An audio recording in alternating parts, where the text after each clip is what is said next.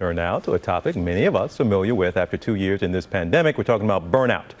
Everybody ready for a reset? Well, as part of our new series, Year of You in 22, we want to know, what are the symptoms of burnout? How can we deal with it, and how can we prevent it in the new year? All right, joining us now is sport, performance, and clinical psychologist, Dr. Jonathan Fader. Dr. Fader, thank you for being with us. All right, so how do we know if we're dealing with burnout? Because there are physical and emotional symptoms, correct?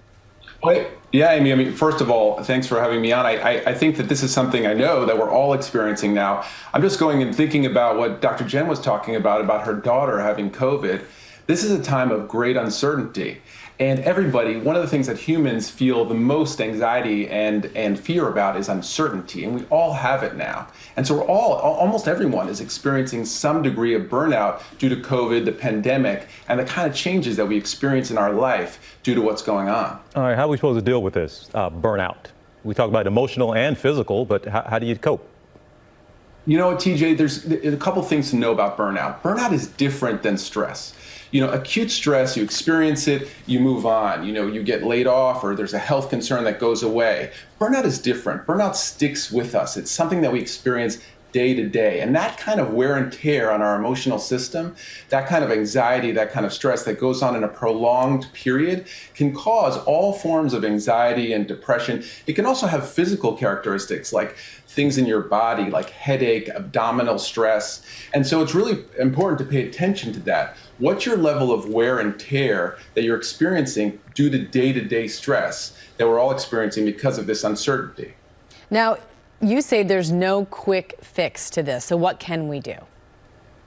You know, Amy, there's a couple really important things that you can focus on in your life to improve burnout. One, I say let's not focus on the burnout. Let's focus on lighting it up. So rather than focus on us feeling burned out, what we can do to light up our lives? And there's two things I focus on with the clients I coach. Number one, I borrow from the work I do with athletes. The first thing you can do is work to create a better routine. We're living in uncertainty. It's uncertain times. Wherever you are now, you're dealing with the threat of COVID and all of these different changes and different variants. So create more certainty in your life.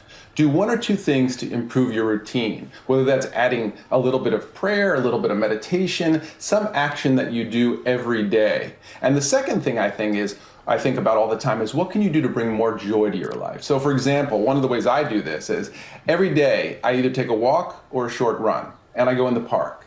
And at the end of my run, I go over to a vendor and I just give him $5. And I say, you know what, buy the next person, the person you feel like really, really needs it. Give them a free coffee, a free breakfast. And just that small routine in my day creates a sense of a break from that kind of day-to-day stress that we experience and not knowing what's happening with COVID and the fact that we're all a lot of us are working a little bit more, even though some of us are working from home. And so creating a routine that creates more certainty in your life, but also brings more joy, can help to stave off those negative effects of day-to-day stress and burnout. Oh, Dr. Fader, I'm going to have to find out what park you go to and follow you to the vendor next time. You're welcome anytime, TJ. But last thing here, we talked about dealing with it, but how key is it to prevent it in the first place? You know, what I say about stress and burnout is, in my mind, you know, it can't be fully prevented. Another amazing, theorist and philosopher, Mike Tyson, comes to my face. Everybody has a plan until they get punched in the face. We are all going to get punched in the face by stress. That's the time we're living in.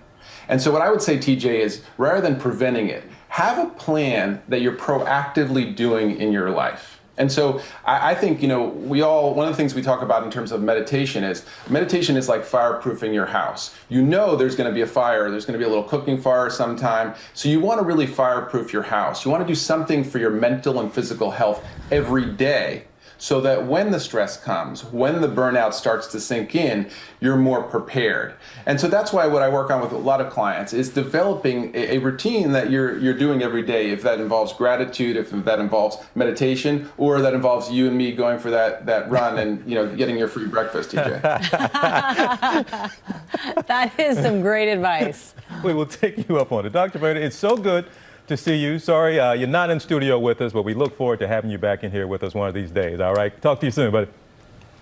Thanks. Take care, TJ.